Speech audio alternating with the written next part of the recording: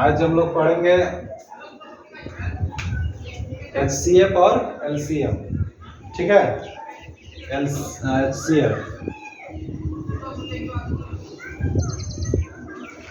HCF को कहते हैं 900। ठीक है ना। दूसरा है LCM, इसको कहते हैं लॉस ऑफ। ठीक ना। तो इससे पहले वाला चैप्टर में आप लोग क्या पढ़े? फैक्टर्स और मल्टीपल्स, है ना, गुणनखंड और गुणज पढ़े ना। हाँ, तो कोई संख्या का गुणनखंड यानी कि हम लोग देखें कि कोई संख्या को किस किस संख्या से हम लोग डिवाइड कर पा रहे हैं, भाग दे पा रहे हैं।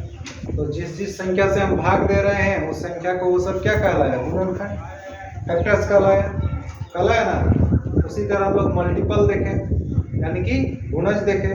गुणज क्या था? किसी संख्या का गुणज कैसे निकालते? कि उस संख्या का पहाड़ा में जो भी संख्या सब आएगा वो सारे के सारे नंबर्स, उस संख्याएं क्या होगी? उस संख्या का मल्टीपल यानी गुणज। ठीक है। तो अब उसी से रिलेटेड है ये सब। जो गुणनखंड जान रहा है, जो गुणज जान रहा है ना, वही HCF और LCM जानेगा, है ना। कुछ नहीं है, इसका मीनिंग में ही छुपा हुआ है। मीनिंग समझ जाओगे तो आसानी से तुम निकाल लोगे। ठीक, जैसे HCF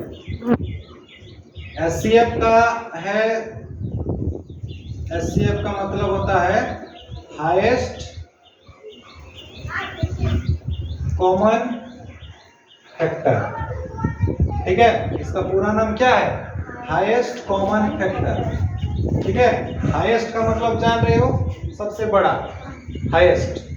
ठीक है, कॉमन मतलब जो दोनों संख्याओं में मौजूद हो। कॉमन मतलब क्या? जो दोनों में पाया जाता है या तीनों में पाया जाता है। दो संख्या की बात होती है तो दोनों में, तीन संख्या की बात होगी तो तीनों में, चार की बात होगी तो चारों में होना चाहिए। तो इसको क्या कहेंगे? कॉमन कहेंगे। ठीक, तो हाईएस्ट कॉमन होना चाहिए। क्या चीज? फैक्टर। फैक्टर मतलब गुणनखंड। ठीक है, फैक्टर मीन्स गुणनखंड। तो HCF के लिए हमको संख्या का क्या देखना पड़ेगा? गुणनखंड देखना पड़ेगा। ठीक है, हम लोग को गुणनखंड निकालना पड़ेगा। ठीक है, तो फिर उसी तरह से ये है आपका LCM।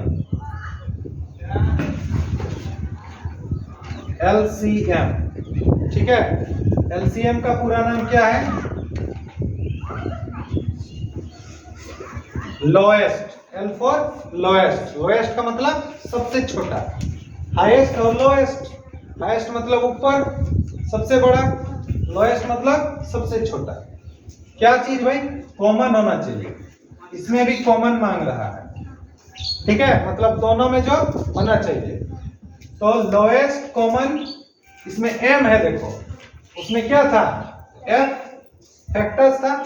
इसमें क्या है? M for multiple. ठीक है, इसमें फैक्टर था, इसमें मल्टीपल है। मल्टीपल का मतलब होता है गुणज।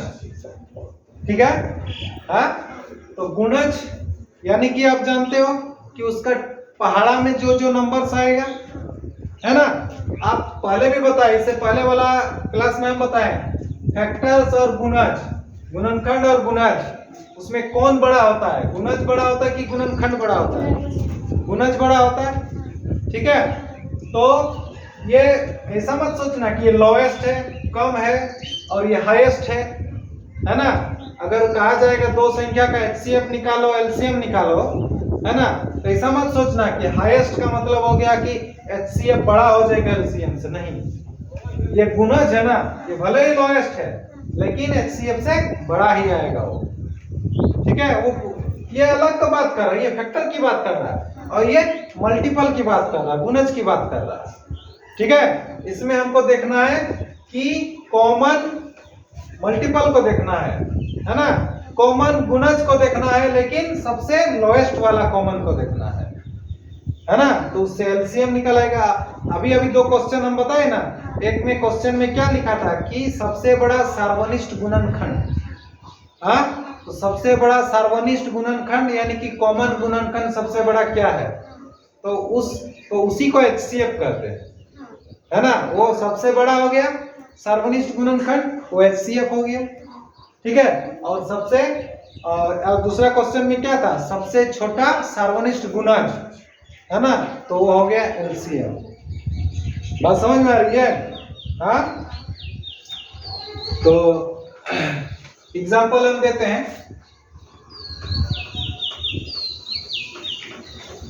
एक एग्जाम्पल हम देते हैं, ठीक। जैसे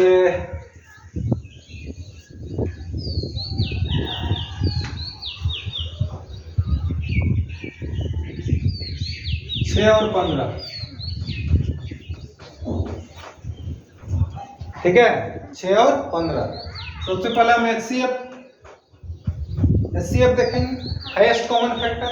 तो सबसे पहले हम फैक्टर की बात करेंगे, ठीक है। तो फैक्टर में 6 का फैक्टर क्या क्या आएगा, 1 2 3 एंड और क्या आएगा रे, इटसेल्फ, खुद होगा ना, इसी से ये डिवाइड होगा, तो ये सब इसका फैक्टर हुआ।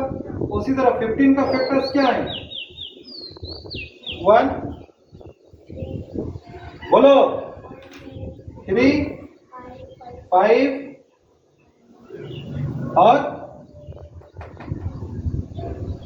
6 से नहीं, 7 से नहीं, 8 से नहीं, 9 से नहीं, 10 से भी नहीं, 11 12 से भी नहीं, तो किससे, खुद से जाएगा, होगा ना। तो 6 का फैक्टर्स ये, 15 का फैक्टर्स ये, है ना। लेकिन हमको फैक्टर्स में क्या देखना, हाईएस्ट वाला कॉमन। अब हाईएस्ट देखो, हाईएस्ट में देखो इसमें 6 है, कॉमन है नहीं, ठीक है। तो इधर से ही देखते जाते हैं, एक कॉमन है तो एक से बड़ा देखते हैं, दो कॉमन है नहीं है, 3 है ना कॉमन, और तो उससे बड़ा नहीं है। तो हाईएस्ट में कॉमन में क्या मिला, 3 मिला, ठीक है। तो यानी कि इन दोनों का एचसीएफ किसका, 6 और 15 का कितना होगा, 3, ठीक है, 3 होगा, ओके। एलसीएम की बात करते हैं। एलसीएम के लिए हमको क्या देखना पड़ेगा, दोनों का क्या देखना पड़ेगा, गुणज, मल्टीपल को देखना पड़ेगा। तो 6 का हमको गुणज आना चाहिए, है ना। 6 का गुणज क्या आता है, इसका पहाड़ा जो आएगा, ठीक है, 24 30 36 इतना ही लिखे रहो, ठीक है। 15 30 45 और 60 75, बस, है ना। अगर नहीं मिलेगा तो और आगे।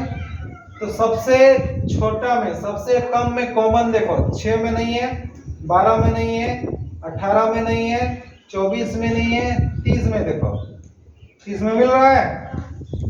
तो सबसे लोएस्ट वाला कौन सा हुआ, ये 30, ठीक है, हाँ।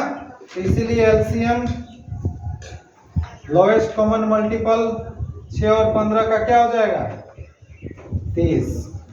अब देखो, हाईएस्ट जरूर है, ये लोएस्ट जरूर है, लेकिन बड़ा कौन हुआ, एलसीएम, है ना। हाईएस्ट और लोएस्ट पे मत जाना, है ना।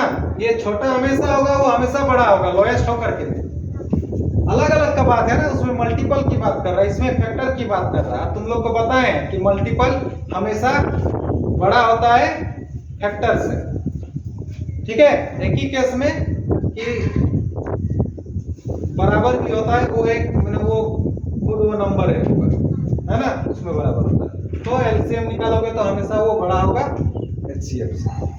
बात समझ में आ रही है, हाँ। तो ये हम समझाए कि गुणनखंड को देख करके हम बताएंगे और एलसीएम में मल्टीपल को देख करके बताएंगे, ठीक। दो संख्याओं का एलसीएम और एचसीएफ निकालने का इसका तरीका है, ठीक है। इसको इस तरह से हम नहीं निकालेंगे। समझ में आ रही है, इसको इस तरह से हम लोग नहीं निकालेंगे। तो निकालने का तरीका, मेथड जो भी है हम आगे फिर बताएंगे, इसको नोट कर लो पहले।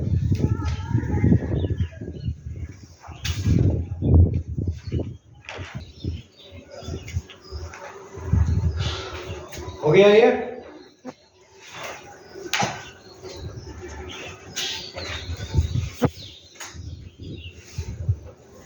तो हम समझाए कि HCF और LCM होता क्या है, ठीक ना। अब हम बताएंगे कि हम उसको निकालेंगे कैसे, ठीक है। इसको हम लोग कैसे निकालेंगे, तो उसी को क्वेश्चन से हम लोग निकालेंगे। जैसे कहेगा कि 6 और 15, ठीक है, इसका HCF और LCM निकालें, याद करें, ठीक है। हाँ, तो एक हम लोग मेथड पढ़ेंगे।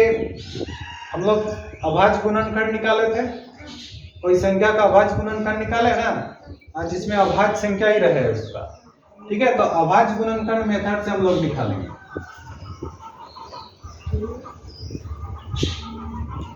अभाज्य गुणनखंड विधि से, ठीक है, अभाज्य गुणनखंड विधि से 6 और 15 का अभाज्य गुणनखंड हम लोग देखेंगे। तो 6 और 15 का अभाज्य गुणनखंड, ठीक है, 6 और 15 का अभाज्य गुणनखंड लिखेंगे, अलग अलग लिखो, हाँ, ठीक। 6 का अभाज्य गुणनखंड के लिए सबसे पहले जो छोटा होगा, छोटा नंबर से इसको डिवाइड करना है। जो छोटा 2 से जाएगा, 2 3 6, और ये नहीं, ठीक है, 3 इसके बाद और किससे नहीं ना, खुद से जाएगा और किससे नहीं, बस छोड़िए। आगे है 15, 15 का 2 से नहीं जाएगा, अगला 3 से जाएगा, 3 5 15, खत्म है ये, ठीक है।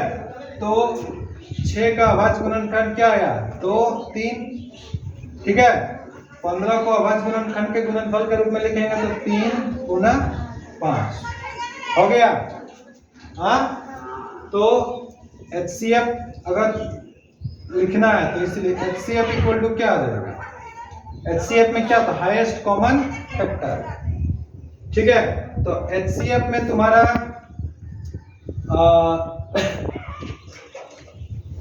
HCF में तुम्हारा देखो कि ये 3 है ना, हाँ, तो कॉमन चीज को देखो, कॉमन में केवल क्या चीज है, 3 है, ठीक है। तो ये 3 को ये कर लो, ठीक। जो कॉमन है उसी कॉमन को उठाओ, कॉमन में जो मतलब बड़ा हो, कॉमन में जो बड़ा हो, ठीक है। तो 3 में 3 ही बड़ा है, ठीक है, और एक ही बार आया है, इसीलिए यहाँ पर हम लोग इसको 3 लिख दिए। HCF क्या मिला, 3। LCM की बात करेंगे, ठीक है, ये HCF हो गया, ठीक। LCM के लिए 6 को दोबारा अलग से लिखना पड़ेगा, 2 और 15 को, ठीक है, 3 और 5। इसमें LCM क्या आएगा, LCM देखो, जो कॉमन है कॉमन को लिख देंगे, हाँ, और जो नहीं है कॉमन उसको भी लिख देंगे। तो कॉमन क्या है, 2, ठीक है, कॉमन, सॉरी, कॉमन 2 नहीं है, कॉमन 3 है ना।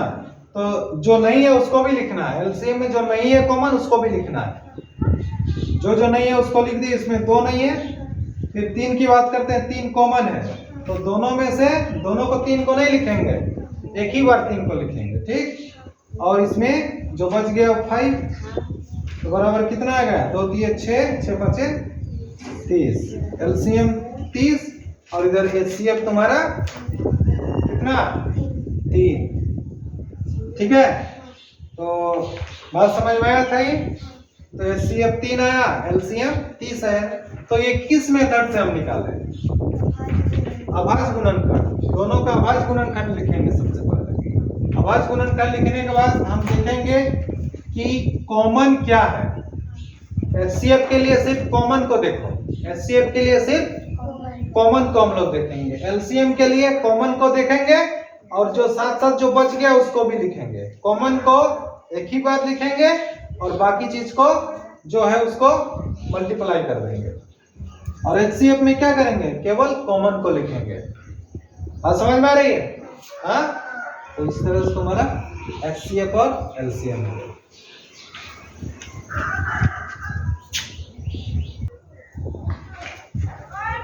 ठीक है। अब एचसीएफ हम निकालेंगे दो तरीका से। ठीक, एचसीएफ हम दो तरीके से निकाल सकते हैं। एक तो हम अभी देखें, हाँ, प्राइम फैक्टर मेथड से, अभाज्य गुणनखंड विधि से ना, और एक है तुम्हारा भाग विधि से भी हम निकाल सकते हैं। ठीक, एक क्वेश्चन है, जैसे लिख लो, जैसे कि है कि 24, 36, 8 का मौसो याद करें। मौसो यानी कि क्या, एचसीएफ है ना, एचसीएफ ना। तो इसका दो विधि हम बताएंगे, एक है अभाज्य गुणनखंड विधि से, दोनों विधि जानना है। ठीक, अभाज्य गुणनखंड विधि, ठीक है। अभाज्य गुणनखंड विधि में सबका अभाज्य गुणनखंड निकला है ना, 24, 36, 8।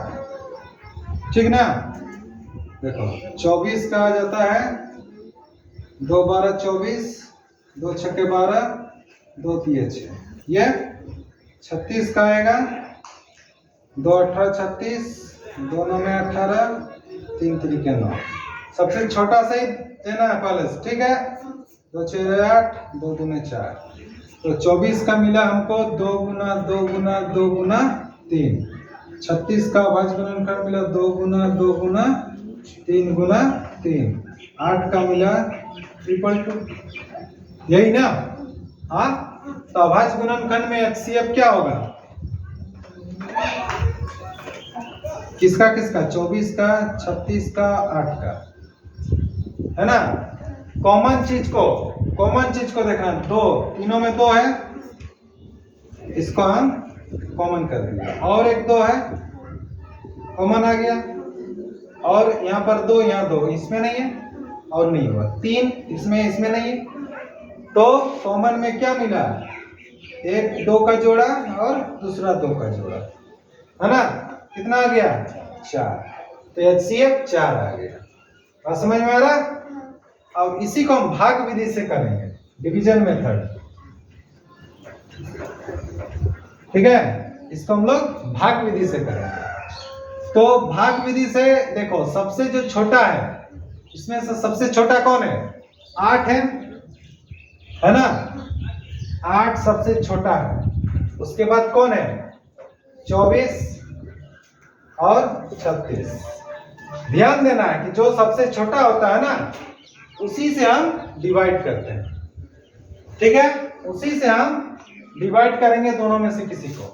ठीक, तो 8 से हम पहले डिवाइड करेंगे। चलो 24 को करते हैं। ठीक है ना।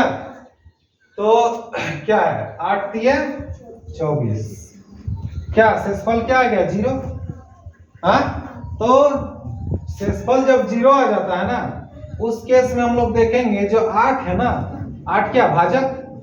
हाँ, जिस स्थिति में शेषफल 0 आ जाता है, उस स्थिति में जो भाजक होता है ना, उसी भाजक से अगला संख्या को भाग देंगे।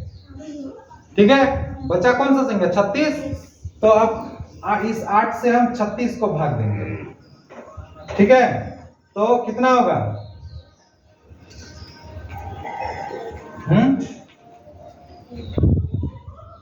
ये कंप्लीटली डिवाइड हो गया ना।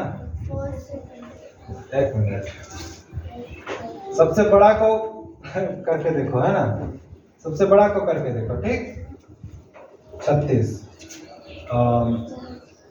कितना हो जाएगा, 8 4 32, कितना मिला, 4। ठीक है, देखिए आंसर। ठीक, तो अब देखो, और आगे तो है नहीं है कि नीचे लाएं और फिर डिवाइड करें। 4 आ गया और ये छोटा पड़ गया तो डिवाइड होगा नहीं। हाँ, तो इस केस में तुम्हारा जो शेषफल बच गया कितना बचा? 4 बचा ना। हाँ, तो इस केस में जो 4 शेषफल बचा है, तो इस 4 से फिर डिवाइड करेंगे किसको? हाँ, 24 को नहीं, ये इस भाजक को करेंगे। ठीक है, 24 को नहीं करेंगे, शेषफल हमको 0 लाना है। ठीक है, तो 4 से डिवाइड करेंगे इस भाजक को। बात समझ में आ रही है? हाँ, तो ऐसा नहीं था कि 36 को ही भाग देना है, इससे पहले भी हम 24 को कर रहे तो उसमें से भी हो जाता। इसमें से जैसे हम लोग क्या कर रहे थे, चलिए कोई दिक्कत नहीं है। ठीक है, किसी भी नंबर को हम डिवाइड कर सकते हैं। 8 से हम डिवाइड किए 24 को, ही ना, 8 दिए 24, शेषफल 0 हो गया। हाँ, तो कितना बचा? 8 ना। हाँ, तो शेषफल जब 0 आता है तो उस समय जो भाजक होता है ना, और संख्या बचा, देखो उस भाजक से अभी फिर हमको क्या करना है, इसको डिवाइड करेंगे 36 को। ठीक है, तो 8 से आप 36 को डिवाइड करेंगे।